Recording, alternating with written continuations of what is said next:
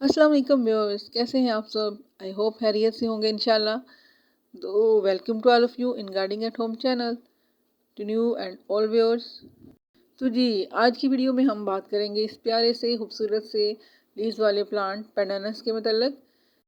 तो जी, पेंडानस को पार्किंसन और स्क्रू पाइन और पांदन के नाम से भी पुकारा जाता है। इसको केवड़ा प्लांट भी कहते हैं और ये पेंडेंसी फैमिली से बिलोंग करता है। इस खूबसूरत से प्लांट की 750 स्पेशीज़ हैं और सबसे ज़्यादा जो स्पेशीज़ हैं इसकी वो मलेशिया और मडागास्कर में हैं। इसकी नेटिव प्लेस एशिया और ऑस्ट्रेलिया के ट्रॉपिकल पार्ट्स हैं। ये बहुत ही प्यारा मेडिसिनल प्लांट भी है। इस प्लांट के लीव्स में बहुत सारी मेडिसिनल प्रॉपर्टीज़ हैं। इसकी जो लीव्स हैं इनके अंदर एक ख़ास किस्म का अरोमा होता है जिससे साउथ एशिया में खानों में भी अरोमा देने के लिए यूज़ किया जाता है। और वैसे हेडेक्स के लिए, कैंसर पेशेंट के लिए, सांस के मरीज़ों के लिए बहुत सी मेडिसिन बनती हैं जिनमें इनके पत्तों का इस्तेमाल होता है। और खाने में भी हम जो केक वगैरह में डालते हैं या किसी और चीज़ में, बिरयानी में या किसी में केवड़ा, तो वो इसी प्लांट के ऊपर वो फ्रूट लगता है। जो फ्रूट है वो प्लांट के बहुत ज़्यादा मेच्योर होने के बाद वो आता है और उस फ्रूट से भी बहुत सी दवाइयाँ बनती हैं। ये प्यारा सा लीफी प्लांट जो है ये बहुत ज़्यादा क्वांटिटी में बीच पे और रिवर साइड्स पे और जो आइलैंड्स हैं वहाँ पे बहुत ज़्यादा ग्रो हुआ होता है। इसकी दो वैरायटीज़ हैं, एक वेरीगेटेड और एक नॉन वेरीगेटेड। जो वेरीगेटेड है वो मैं आपको दिखा रही हूँ जिसपे ये गोल्डन लुक है अंदर, और अंदर ग्रीनिश, ग्रीन और गोल्डन या ग्रीन और येलो आप कह सकते हैं, इसमें लीव्स हैं इसके। और जो दूसरे वाला है वो सिंपल ग्रीन होता है, वो भी मैं आपको दिखाऊंगी। उसको बासमती प्लांट भी कहते हैं क्योंकि उसमें बासमती राइस की खुशबू आती है, तो फिर लोग उसको ये नाम भी देते हैं जो ग्रीन वाली वैरायटी है। ये जो वेरीगेटेड वाली वैरायटी है इसके तो क्या कहने, बहुत ही खूबसूरत है, अपने गार्डन को बहुत अच्छा कलर देता है, अच्छा लुक देता है और बहुत इजी टू ग्रो और इजी टू मेंटेन प्लांट है।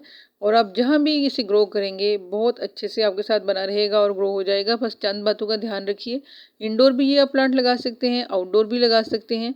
बहुत इजी टू ग्रो प्लांट है ये। स्पाइडर प्लांट जैसी लुक है इसकी, लेकिन ये स्पाइडर प्लांट है नहीं। बहुत से लोग इस पर धोखा खा जाते हैं। मैंने इस पर वीडियो बनाई हुई है, उसका मैं लिंक डाल दूँगी।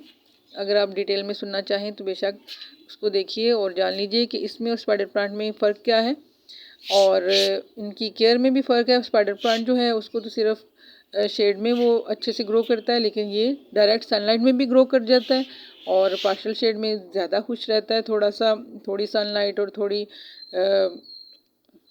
शेड का जो कॉम्बिनेशन है वो इसे ज़्यादा अच्छा लगता है कि हाफ डे की सन मिले अगर ये पॉट में है। अगर ज़मीन में है तो बेशक फुल डे की सन भी मिले तो उसमें भी ये बहुत अच्छे से ग्रो करता है। सो ये प्यारा सा प्लांट जो है इसको लोकेशन का कोई इतना इशू नहीं होता। आप इसको कोई सी भी लोकेशन देंगे, सनी हो और हाफ डे की सनी हो तो बहुत ही अच्छी बात है, उसमें बहुत अच्छे से ये हैप्पीली रहेगा। अगर आप इसे इंडोर रख रहे हैं तो आप ईस्ट या वेस्ट वाली किसी विंडो में रखिए ताकि इसको या मॉर्निंग की लाइट मिले या फिर जब सनसेट हो रहा हो इवनिंग की लाइट मिले, क्योंकि इसको ब्राइट लाइट के लिए बहुत ज़्यादा इसको चाहिए होती है ज़रूरी। और ना थोड़ी बहुत सनलाइट मिले तो फिर और ज़्यादा खुश रहता है ये प्लांट। तो लोकेशन के बाद हम इसकी जो सबसे अहम चीज़ जिसकी वजह से ये प्लांट ख़राब होता है वो वाटरिंग, उस पर डिस्कस करते हैं।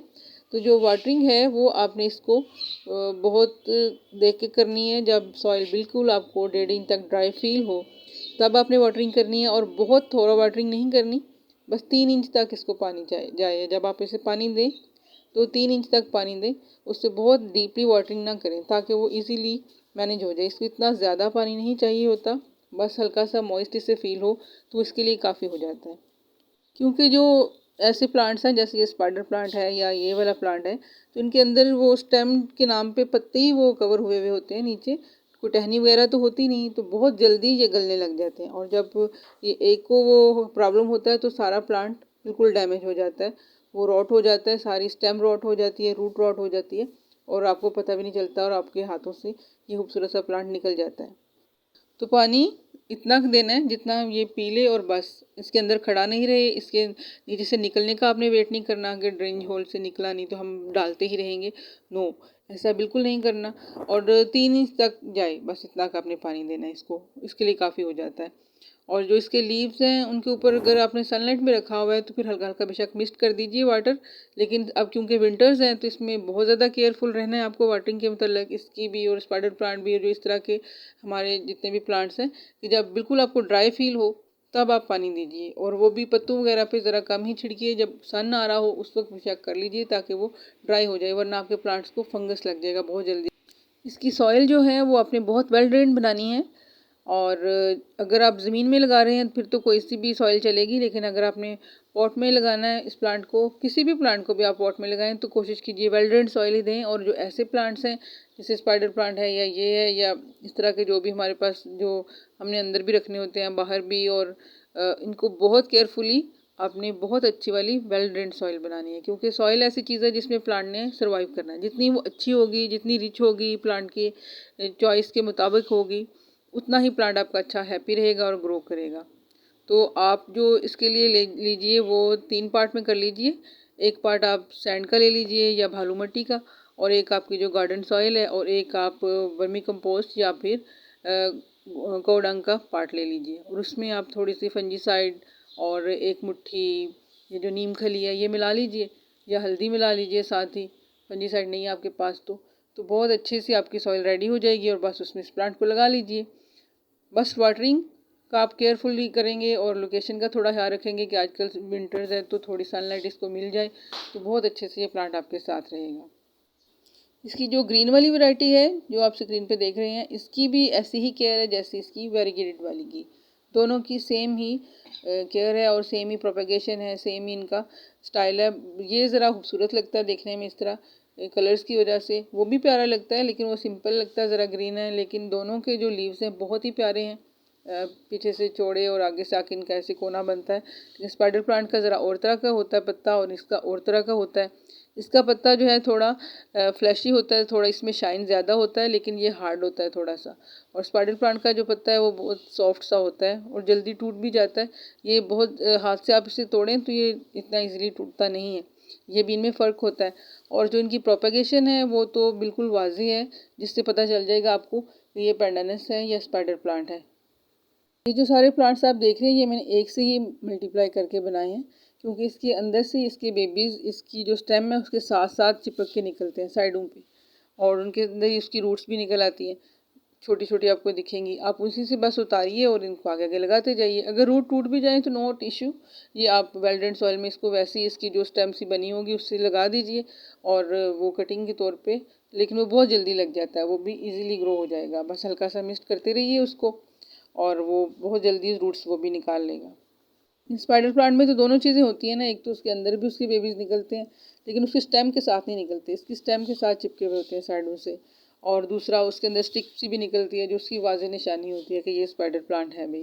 क्योंकि अक्सर लोग ये इस पर धोखा खा जाते हैं, इसलिए मैं इस बात को बार बार रिपीट कर रही हूँ कि आप जब लेने जाए नर्सरी तो ये ना वो पेंडानस उठा लाएँ स्पाइडर प्लांट की जगह पे, तो फिर आपको होगा परेशानी कि ये हम स्टेम नहीं निकल रही अंदर से और बेबीज़ नहीं लटक रहे इसके, तो वो आप पेंडानस प्लांट होगा ये वाला केवड़ा प्लांट।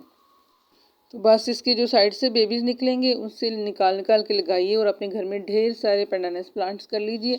और ये बहुत अच्छा एयर प्योरीफायर भी है, और जो इसके पत्ते हैं वो बहुत अच्छी खुशबू भी देते हैं गार्डन को, और दूसरे प्लांट्स के साथ मिक्स करके रखा हुआ बहुत प्यारी लुक देता है गार्डन को, और साथ कलर भी देता है गार्डन को। देखिए कितने अच्छे प्यारे से इसके कलर हैं, और इसकी जो स्टाइल है बढ़ने का, ये भी स्पाइडर प्लांट से डिफरेंट है कि इसकी ऊपर को जाते हैं इसके लीव्स, ऐसे एक एक करके बढ़ते जाते हैं और ऊपर को जाते हैं। स्पाइडर प्लांट नीचे को ऐसे फैलता है, ये लंबाई की तरफ ऊपर को इसके पत्ते जाएंगे, और जो स्पाइडर प्लांट के पत्ते होंगे वो लीव्स होंगे वो नीचे की तरफ बढ़ते जाएंगे, फैलते जाएंगे जब तो।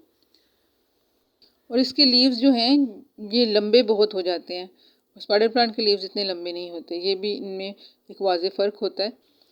और बहुत प्यारा और बहुत अच्छा प्लांट है ये, आप घर में लाइए और एक से काफ़ी सारे बना लीजिए। ऐसे प्लांट्स मुझे तो बहुत अच्छे लगते हैं जो आप एक ख़रीद के लाएँ और फिर उनके इतने बेबीज़ हो जाएं और आप अपने गार्डन में उन्हें बढ़ाते जाएं।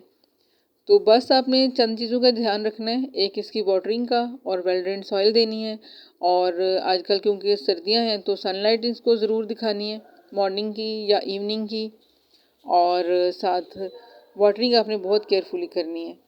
और फर्टिलाइज़र की बात तो हमने की नहीं, चलें भी फर्टिलाइज़र को भी डिस्कस कर लेते हैं। तो जब आप इसको लगाएं उस वक्त आप अच्छे से उस सॉइल में फर्टिलाइज़र डाल दीजिए, जो भी आप डालना चाहें, गौ डंग डालिए या आप वर्मी कंपोस्ट डालिए, एनीथिंग।